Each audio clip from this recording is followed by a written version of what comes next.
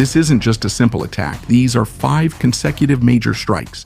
Each one has an effect, and each following one further weakens Iran. These are called the Big 5 strikes. At this point, Iran can barely function anymore. Almost all of their major military equipment has been hit or is no longer functioning. And after all that, the US ended the series with a very important target, a place that could open up even bigger problems for Iran. This is Karg Island, a small island that's only about 24 kilometers from the coast of Iran. This isn't just any island. It's one of the most important places for Iran's oil. On March 12, news came out that the US carried out a major strike here. They didn't hit the oil facilities, but what they targeted was the entire military setup on the island. According to reports, more than 90 targets were hit. This included missile storage, sea mine depots, air defense systems, helicopter hangars, and even the airport control tower. In other words, they removed the island's defenses. It was left open and unprotected. Naturally, Iran reacted. They threatened to destroy the oil and energy facilities on the island that are connected to the US. But if you think about it carefully, that's not really a strong threat, because the truth is, Iran needs Karg Island more than the US does. But before we continue, please like this video. It means a lot to us content creators. Thank you very much. This is the hub of their oil exports. According to reports, almost 90% of Iran's crude oil passes through here. From this island, the oil is exported, passes through the Strait of Hormuz, and goes to countries that buy it like China and other Asian countries. This means that if something happens to Karg Island, it won't just affect the military, but also the economy. When the island is at full capacity, it can export approximately 1.3 to 1.6 million barrels of oil per day. This is important because there's a deep water port here. Only here can large oil tankers be loaded. Other ports in Iran can't handle it because the water is too shallow. Now let's look at the bigger picture. They hold more than 10% of the world's oil reserves and about 15% of the gas reserves. But even so, their economy still struggles. Because of sanctions, their trade with other countries is limited. That's why their main reliance is on oil. In 2024, they earned around $46 billion from oil. That's even higher compared to the previous year. This means this is what keeps their economy alive. Now think about this. If almost 90% of their oil passes through Karg Island and the defenses of the place have been removed, the implication is clear. Just one more step and the oil itself can be hit. And if that happens, it's not just a military loss. It will directly hit the economy. And remember, even before Operation Epic Fury, Iran's economy wasn't that strong. Now they're even more exposed. This is the real message of the strike. It's not just about destroying defenses or showing US strength. They showed that they can control the most important part of Iran, its economy. And when you control the enemy's economy even before the fight is over, it's clear where this is headed. Iran's problem is not just military, even their economy is already in shambles. According to reports, since May 2018, the value of their currency has dropped by almost 95% compared to the US dollar. That means if their money used to have value, now it's almost worthless. This is also one of the reasons why there were protests from late December until January, which eventually escalated and led to even bigger chaos. So if there's one thing Iran can't afford to lose, it's their oil, especially Karg Island. They can't afford to lose it. But here's where the problem comes in. Even though the oil facilities themselves haven't been hit yet, the US has already removed their protection. In the first wave of attacks, only military targets were hit, but the message was clear. That was just a warning. It's like the US is showing that they can come back and that the next time could be even worse. According to Donald Trump, he even joked that they could hit them again anytime. But for Iran, this is no joke. He even joked that they could strike at any time. Now let's move on. Trump sharing what is called the Big Five talked about the collapse of the military and said they could destroy Iran's military, starting from the very top of its leadership. On February 28, the first day of the operation, it was announced that many of Iran's top military and political leaders were killed. This also included the former supreme leader, Ali. And it didn't end there. More key leaders were lost one after another. This had a huge impact. When the leaders are gone, clear orders disappear. Without orders, the entire military's movements become chaotic. When it comes to the actual strength of the military, what happened was even worse. According to reports, up to 80% of Iran's air defenses are gone, and about 70% of the missile launchers have been destroyed. This means that their two most important defenses are almost gone. If you don't have air defense, you have no protection against attacks from above, and that's exactly what happened. Now, the U.S. can freely enter and move in Iran's airspace. Because of this, even non-stealth aircraft can now operate, like the B-1 bombers, B-52, and A-10 Warthog. This means they no longer need to hide. That's how weak Iran's defenses are now. Yes, there are still some remaining air defense units, but they are now scattered and no longer working together. And when that's the situation, it's easy to take them out one by one. As the defenses decrease, the attacks become even stronger. It's like a domino effect. Each strike opens up more opportunities for the next one. It's the same with missile launchers. Because 70% have been lost, you can see that Iran's missile attacks are slowing down. They're not as frequent as before. In other words, as the battle goes on, Iran isn't just getting damaged. They're also gradually losing their ability to fight. According to the Israel Defense Forces, there's a clear decrease in the strength of Iran's missile attacks. This is what happened. On the first day, there were 90 missiles. On the next day, it became 60. After that, it dropped to around 20 per day, and now it's even lower than that. This means they're not just slowing down, they've run out of capability. The reason is simple. Their missile launchers were destroyed. If you don't have a launcher, even if you have missiles, you have no way to use them. This is what's painful for Iran. Before the war, they had a stockpile of more than 2,000 short-range ballistic missiles. Their plan was to use them simultaneously. This is what they call a missile swarm. The goal is to hit as many targets simultaneously so the enemy will have a hard time defending against all of them. But now, they can't do that anymore. It's not because they don't have missiles, but because they no longer have a way to launch them. And it's not just missiles that are the problem. Even drones have almost disappeared. According to Pete Hegseth, Iran's drone launches have dropped by 95% compared to the first day of the operation. Ibig sabihin yung isa sa Their important weapons are almost useless now. And remember, that's what Iran's strategy revolves around. Cheap drones, used in large numbers and repeatedly. Now that's gone. In other words, they were hit in the two most important areas. The first is offense, including missiles and drones. The second is defense, including air defense systems. Both have failed, and it doesn't end there. Because the third part of the Big Five is Iran's Navy. On March 16, according to Brad Cooper, more than 100 Iranian naval vessels were damaged or completely destroyed. To understand how serious this is, according to Global Firepower, before the war started, Iran had around 109 naval assets.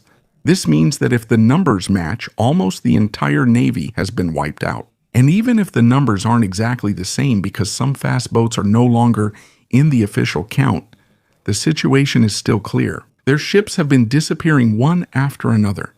Every ship that goes missing means less threat, less control, and less capability. This has a big impact on the Strait of Hormuz. If you don't have a navy, you have no control over the sea. And if you have no control over the sea, you can't stop ships from passing through. This is what's happening now. While Iran had expected to use the sea to its advantage, they are gradually losing it. In the end, this is not just a simple defeat in one area. This is a simultaneous collapse on land, in the air, and at sea. And when all of those are hit, you're not just losing the battle, you're gradually disappearing from the war. That's still not the whole picture. This is where the last part of what's called the Big Five comes in, the control of the Strait of Hormuz. At this point, you'll see who really holds the upper hand in the fight. Right now, it's no longer just about having a presence. This is no longer just a patrol, it's about control now. According to the Washington Post, satellite images clearly show the extent of the damage to Iran's naval bases. In Bandar Abbas, one of Iran's largest ports, you can see burning ships, destroyed warships, and some submarines that have sunk. This is also one of their most important bases. A large part of their plan to control the Strait of Hormuz revolves around this place. But now they themselves have lost control, and this isn't just happening inside Iran. The operation has expanded even further. What happened to Iris Dina is a clear example.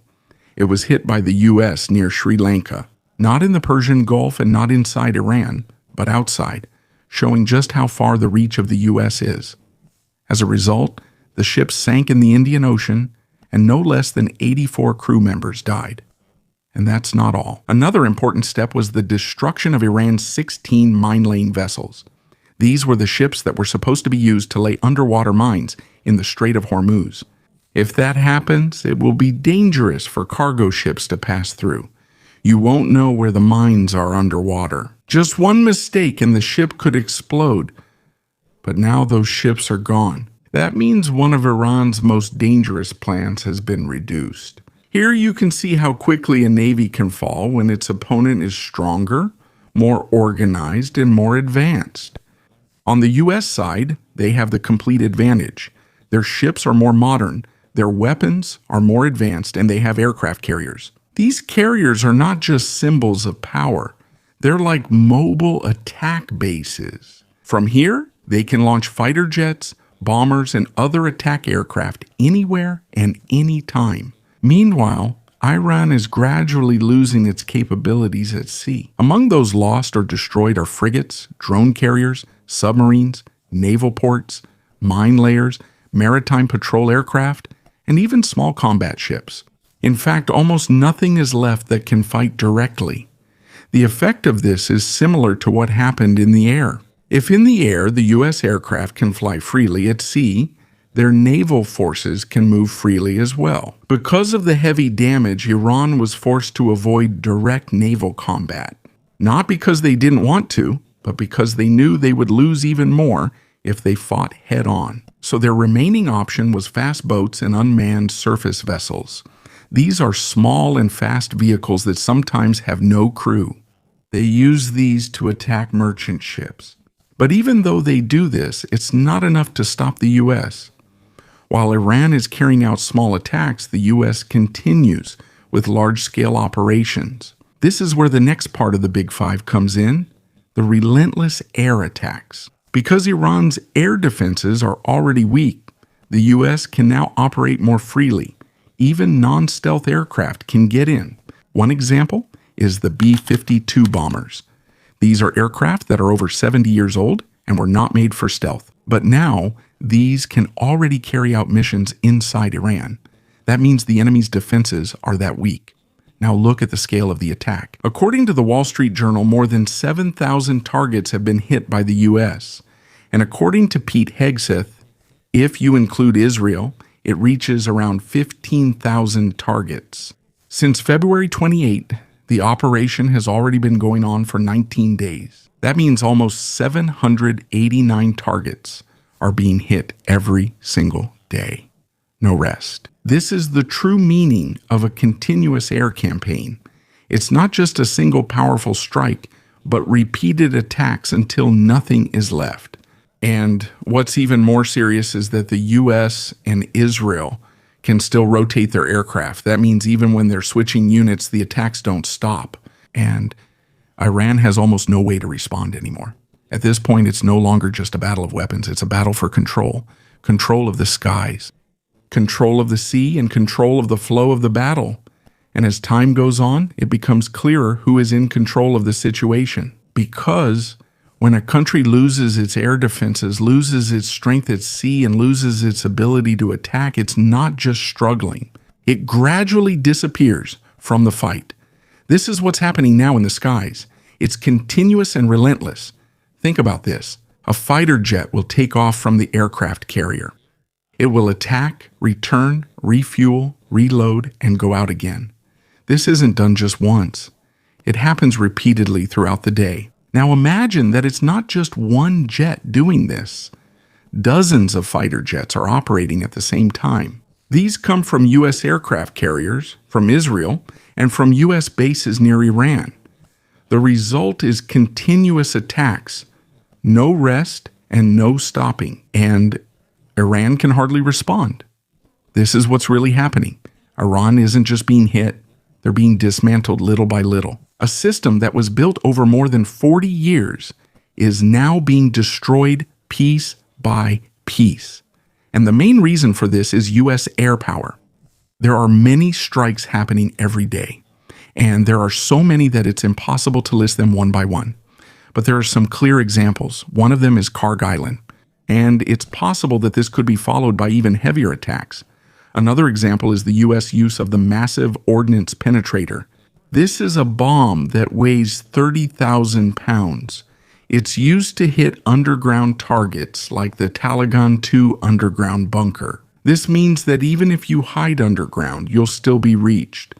The operation has become even faster. The United Kingdom has allowed the U.S. to use their bases, including RAF Fairford. Before, the bombers still had to fly a long distance.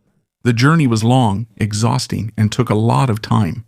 Now the launching point is much closer. Movements are faster, attacks are more frequent, operations are more continuous. At the start of Operation Epic Fury, they targeted air defenses and missile systems. Now the targets are deeper. They are now targeting missile production facilities, underground complexes, command centers, and even Iran's industrial base. This is no longer just about destroying the military. The goal now is to make sure that Iran will never recover. Even if they want to rise again, if their factories, equipment, and command structure are destroyed, it will be hard for them to come back. As the attacks continue, it will be even harder for them to catch up. But even in this situation, they still have one thing left. One last ace, and that is the Strait of Hormuz. This is one of the most important shipping lanes in the world, especially for oil.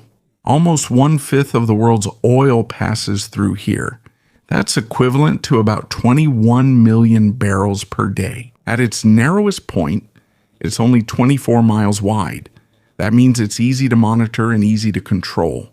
And this is what Iran is planning. Right now, there are still ships passing through, but fewer than before. The flow is no longer normal. Because of the threats and attacks by Iran on ships, people are now afraid to pass through here. As a result, the price of oil increased and reached over $100 per barrel.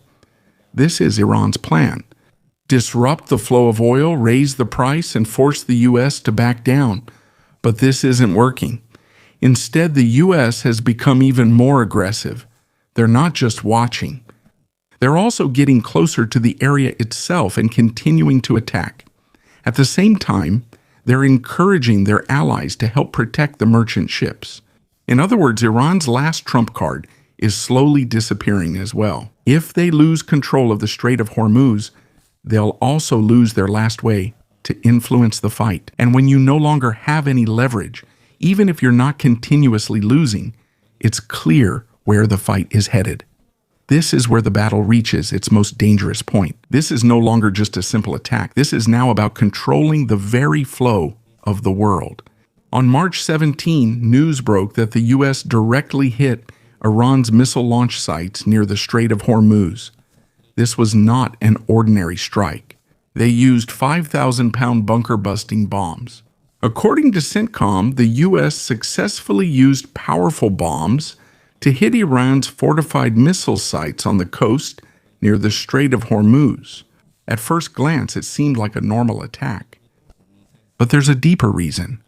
The target here was not just the missile launchers, but Iran's capability to launch anti-ship cruise missiles. These are missiles capable of hitting ships at sea, especially those passing through the Strait of Hormuz. This means they're not just destroying Iran's military.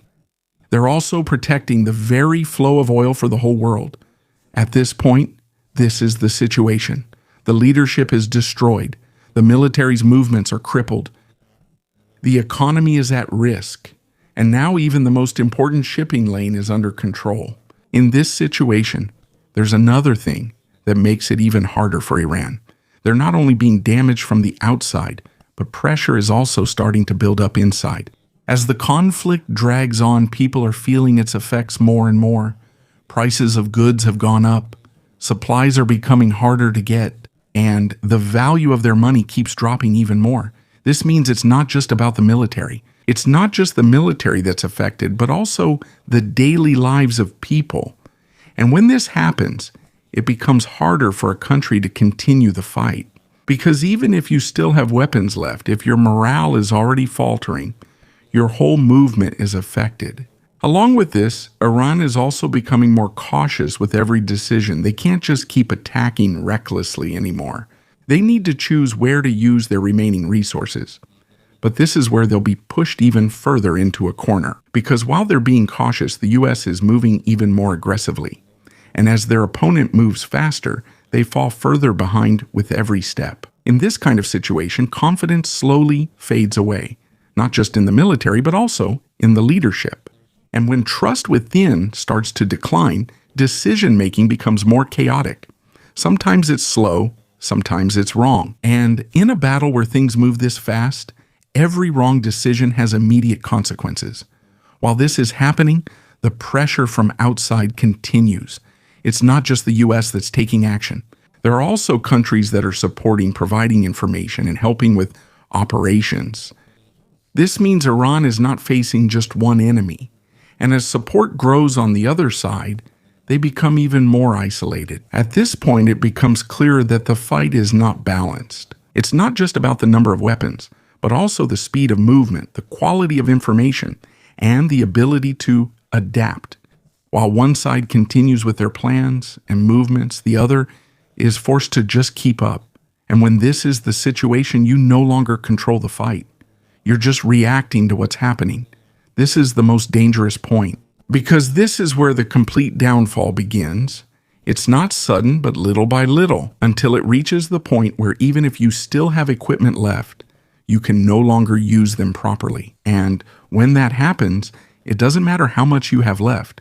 What matters is whether you can still keep fighting. For now, that's the question the situation is slowly answering. And as time goes by, the direction becomes clearer. It's not just about who's winning, but also about who's completely falling out of the fight. But it doesn't end there. There's another move coming from the U.S. They're sending the 31st Marine Expeditionary Unit to the Middle East. It brings around 2,200 Marines, along with amphibious assault ships and equipment for ground operations. They haven't arrived yet, but they're expected to arrive before the end of March. Once they're there, direct operations on the coast can possibly begin. This includes attacks on ports, missile launch sites, and other military targets near the sea. This is not just a simple attack. It's also possible for them to take control of these areas. If that happens, the U.S. can establish an area under their control. Here, they can deploy air defenses, surveillance systems, and other forms of protection. As a result, Iran's ability to launch attacks from the mainland will be further reduced. And if other countries like France join in, Iran's remaining strength will be diminished even further. Honestly, this is all they have left now: their control over the Strait of Hormuz. Their plan is to disrupt the oil supply, drive up prices, and force the U.S. to back down. But the opposite is happening. Instead of backing down, the U.S. is becoming even more active. This is what's called the fifth strike of the Big Five: direct control over the Strait. And if Iran loses this as well, they'll have no more leverage and no way to apply pressure. Overall, the pattern is clear: one blow after another until Iran's entire operation has completely fallen apart. Now the U.S. is the one controlling the course of the conflict. They're the ones deciding when to strike, where to hit, and how hard. Meanwhile, Iran is growing weaker every day. And if this continues, the situation will only get worse. There could be more strikes in the Strait of Hormuz, intensified attacks on Karg Island, and the remaining strength of Iran could be completely wiped out. And remember, all of this is happening even though the more advanced weapons haven't been used yet. This means that if this is what's happening now, what comes next could be even more intense.